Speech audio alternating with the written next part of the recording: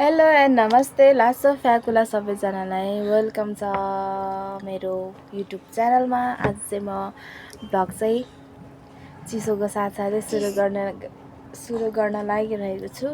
म चाहिँ यहाँ सन्चै छु। आई होप हजुरहरू पनि सबै सन्चै हुनुहुन्छ होला भन्ने आशा गरेको छु। ल चेस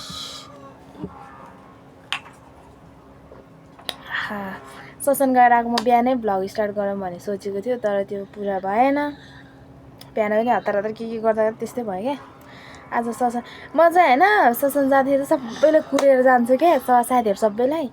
तर आउने बेला म केमा बिजी भएको हुन्छ कहिलेकाहीँ होइन। आज चाहिँ म त्यो बुकहरूको लागि हिसाब गर्दै थियो, पैसाहरू उठाउँदै थियो। साथीहरू चाहिँ लाप्चुत त मलाई छोडेर सबै आउनु भइसकेको छ क्या। चेस लु चेस। अनि मलाई त यस्तो चित्त दुख्यो नि होइन। म चाहिँ जाँदाखेरि चाहिँ उनीहरू सबैलाई कुरेर लानुपर्ने, अनि आउँदाखेरि चाहिँ उनीहरूले मलाई छोडेर आउने चाहिँ फिल भएको थियो क्या। कस्तो भइरहेको थियो क्या। छुट्टै हुन्थ्यो होला, म फुस्किन पाउँथेँ होला। म्यामहरूले मलाई काम पनि अराउनु हुन्न थियो होला सायद होइन। फेरि त्यो हाम्रो अग्रज म्यामज्यूको भजन थियो क्या। योभन्दा 2 मन्थ अगाडि नै रिलिज भएको हो, तर हामीले पनि गाइरहेकै हुन्थ्यौँ। त्यही पनि के भन्ने ल चेस चेस। त्यही पनि आज चाहिँ हाम्रो जनहरू धेरै हुनुभएको थियो, सबैजना आउनुभएको थियो। अनि सरजीहरू पनि, अनि नयाँ म्यामजीहरू पनि आउनुभएको थियो। त्यही भएको कारण चाहिँ सबैजना बसेर भजन गाएर रेकर्ड गरौँ न त भन्ने कुरा भयो कि म्यामहरूको चाहिँ होइन। त्यो भएको कारणले चाहिँ त्यसको मौकामा मलाई फेरि काम अराउनु भइहाल्ने क्या। नाम लेख्नु रे, यो पैसाहरू उठाउनु रे, लिगहरूको नामहरू पैसा लिएर त्यहाँ राइट गर्नु रे। त्यसो गर्दा गर्दै म नि अलि ढिला भयो, फुट्छ नि त सानो। त्यसो गर्दा गर्दै ढिला भयो होइन। अनि सबैजना छोडेर आएछ भने म एक्लै भएर टल्ल पऱ्यो। म त नानीलाई डोर्याउँदै आएँ। थाहा पनि त लु। अनि त्यति साह्रो चेस गरेपछि त फुटिहाल्छ नि। अनि अब चाहिँ म खाजा बनाउन लागिरहेको छु। रोटी बनाएर खाने भनेर सोचेको मैले चाहिँ आलु पनि उसिनिरहेको छु क्या। आलु र रोटी खानेछु, अनि हजुरहरूलाई पनि देखाउने छु मैले खाजा खाने बेला पनि है। अहिले चाहिँ यति नै। फाइनल्ली पिठो पनि मुस्दैछु है रोटीको लागि। कस्तो हुन्छ अब। आलु पनि पाक्यो होला, सिटी छ्यास गर्दैछ। एउटा चाहिँ चिसो खाएको खाएको,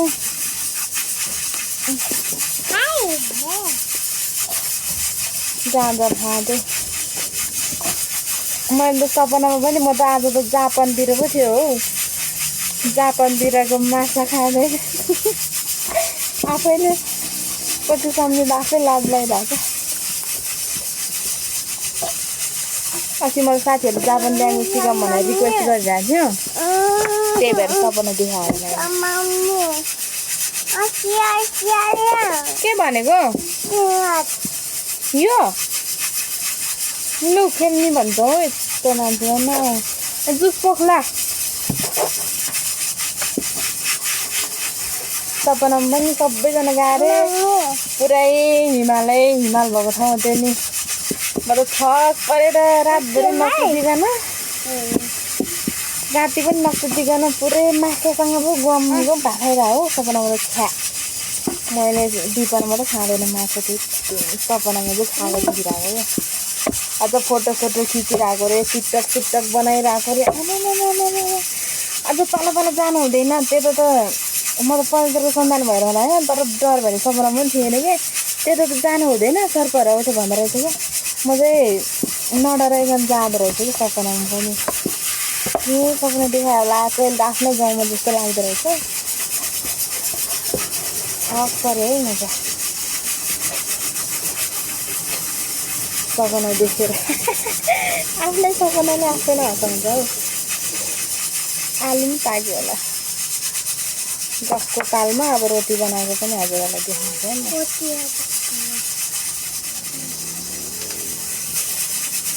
मैले चाहिँ आलु पनि यसमै मुस्छ जस्तो लागेको कतिखेर छिटो जाने कतिखेर मुस्ने त्यो अब म तपाईँहरूलाई आलुसँग मुस्ने बेला अथवा बनाउने बेला देखाउँछु है। फाइनल्ली मैले चाहिँ रोटी पनि बनाउन रेडी गरेको छु। म त हेर्नु त जोगी भएछ है छ्या पिठो लाएर। आलु रोटी है, आलु रोटी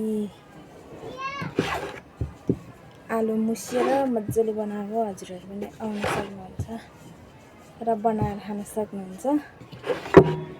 लास्ट मिठो हुन्छ नि यो सबै मिक्स गरेर आलु र पिठो पनि सँगै मुसिने क्या। अनि यहाँ यस्तो गर्ने, यस्तो गरेपछि त भयो त होइन। पाकेपछि पनि म हजुरहरूलाई देखाउँछु सबै।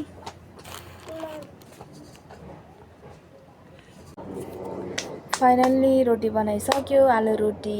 अहिले चाहिँ म अघि त पुरै सेतै भएको थियो नि त, पिठोहरू लाएर त्यही भएर हात सात धोएर सबै गरेर आइसक्यो। रोटी कतिवटा भएछ म हजुरहरूलाई गनेर देखाउँछु है। 1 2 3 4 5 6 7 8 9 10 11 12 फाइनल 12 रोटी बनेछ। रोटी चाहिँ 12वटा बनेछ फाइनली। अब म हजुरहरूलाई खाएर पनि देखाउँछु। मिठो खाइ ल सानो।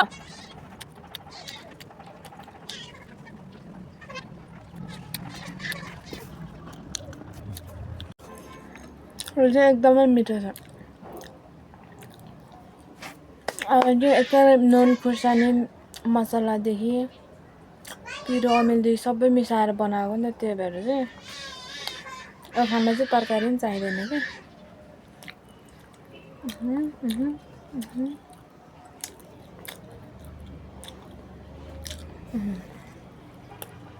यत्तिकै मिठो।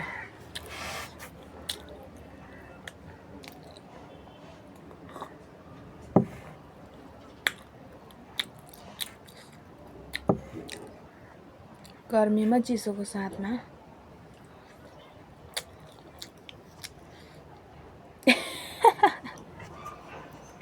रोटी त के भएर कति धेरै मिठो भयो कि साँच्चै नै। हजुरहरू पनि बनाएर खान सक्नुहुन्छ है। हेलो, फाइनल मैले चाहिँ रोटी सोटी बनाएर खाएर पनि सक्नु। अन्त्यमा के भन्न चाहन्छु भने सबैजनालाई मेरो भिडियो हेरेर साथ सपोर्ट दिनुहोला। अन्तिमसम्म भिडियो हेरिदिनु होला। अनि हजुरहरूलाई कस्तो लाग्छ लाइक कमेन्ट गरिदिनु होला भन्न चाहन्छु। यति भन्दै अब पछिको भिडियोमा भेटौँला। आजको लागि यति नै, बाई।